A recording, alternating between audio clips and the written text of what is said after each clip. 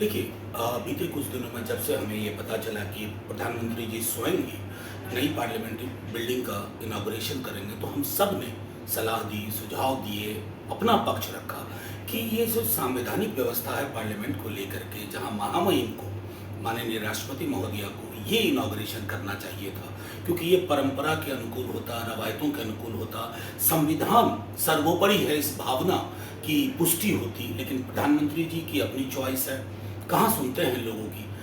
अंततः सारे विपक्ष ने यह निर्णय लिया कि एक संदेश दिया जाए, ताकि आज से 20 बरस बाद, 25 बरस बाद, 50 बरस बाद जब ये इस दौर का इतिहास लिखा जाएगा, तो ये लोग इस बात की तस्दीक करेंगे कि विपक्ष के कई अधिकांश दलों ने, बल्कि कई क्यों, अधिकांश दलों ने इस बात के पक्ष में अपनी राय रखी कि संविधान सर्वोपरि होता है। कोई भी ऐसी चीज ना हो जिससे महामहिम राष्ट्रपति जी के मान में कोई कमी आए। यही अभी भी मैं आग्रह करूंगा प्रधानमंत्री जी से कि इसमें कोर्स करेक्शन की बेहद आवश्यकता है। इतिहास सब कुछ स्मरण करेगा। पार्लियामेंट के नए भवन का 28 मई को उद्घाटन हो रहा है। प्रधानमंत्री उद्घाटन करेंगे। क्या जदयू इस मौके पर वहां मौजूद होगी? क्या जदयू के सांसद वहां जाएंगे? हमारे साथ नीरज कुमार है, जेडीयू के एमएलसी। क्या तैयारी है आप लोगों की ओर से? एक नया भवन निर्माण किया गया। देश महंगाई से कराह रहा है, बेरोजगारी चरम सीमा पर है, पुरखों की विरासत को भी बदलने की तैयारी। अग्निवीर को पेंशन देने के लिए इनके पास साधन नहीं। अमृत महोत्सव मना रहे हैं आज़ादी का, और स्वतंत्रता सेनानी को, जैसे माननीय नीतीश कुमार जी तीसरी पीढ़ी को क्षैतिज आधार पर सरकारी नौकरियों में आरक्षण देते हैं, यह नहीं उनकी बेटी को आर्थिक सहायता देते हैं। ये फर्जी राष्ट्रवाद के नाम पर कार्यक्रम करना चाहते हैं, इसलिए जनता दल यू भाग नहीं लेगा। नहीं लेंगे? क्यों? आपको नहीं लगता कि राष्ट्र के वैभव की बात है? एक नया पार्लियामेंट बन के तैयार हुआ है, यहाँ तमाम सांसद बैठेंगे, इसकी ज़्यादा क्षमता होगी। इसका औचित्य क्या है? क्या पुरखों ने जिस विधान संसद को बनाया था उसके वह अच्छा नहीं था? वह लोगों को जो ठगने का आपका जो प्रक्रिया है उसमें परेशानी होती थी, वाइब्रेशन है उसमें, क्या परेशानी थी?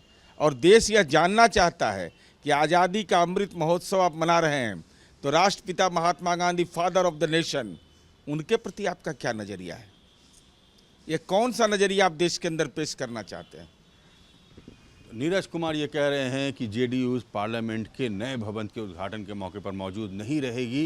इनका कहना है कि ये देश के साथ धोखा है, देश के विकास की बात नहीं होती है, यहाँ जो बातें हो रही है उससे देश को फायदा नहीं। वीडियो जर्नलिस्ट जितेंद्र के साथ रजनीश सिन्हा, न्यूज नेशन, पटना। बात ऐसी है कि सबसे पहला ये सवाल हमने भी उठाया था सेंट्रल विस्टा प्रोजेक्ट के बारे में, कि देश की आर्थिक स्थिति खराब है, फिर भी लाखों करोड़ों रुपया, सैकड़ों करोड़ रुपया खर्चा करके जिस तरह से प्रोजेक्ट को सिर्फ प्रधानमंत्री की इच्छा के लिए बनाया, क्या उसकी जरूरत थी? आज जो देश की संसद की इमारत है, पार्लियामेंट हाउस है, वो और 100 साल चल सकती है। इस देश में जो इमारत है उससे भी पुरानी इमारतें इटाली में, ब्रिटेन में, फ्रांस में है, वो अब तक चल रही है। तो हमको इतनी क्या जरूरत पड़ी? ये इसलिए पड़ी कि ये संसद भवन ऐतिहासिक है। इस संसद भवन को न आरएसएस न बीजेपी का कोई रिश्ता है तो बनाने में, क्या वहां का जो ऐतिहासिक और क्रांतिकारी काम हुआ है उसमें बीजेपी का और आरएसएस का कोई काम नहीं है। तो एक नया इमारत बना के सिर्फ एक ऐसा हम कोनशिला लगाएंगे, inaugurated by prime minister Narendra Modi, इसके लिए खर्चा हुआ है। लेकिन वो भी ठीक है, लेकिन देश के राष्ट्रपति इस राष्ट्र के संविधान की प्रमुख है। देश की हमारी राष्ट्रपति जो एक आदिवासी महिला है, वो पार्लियामेंट की कस्टोडियन है।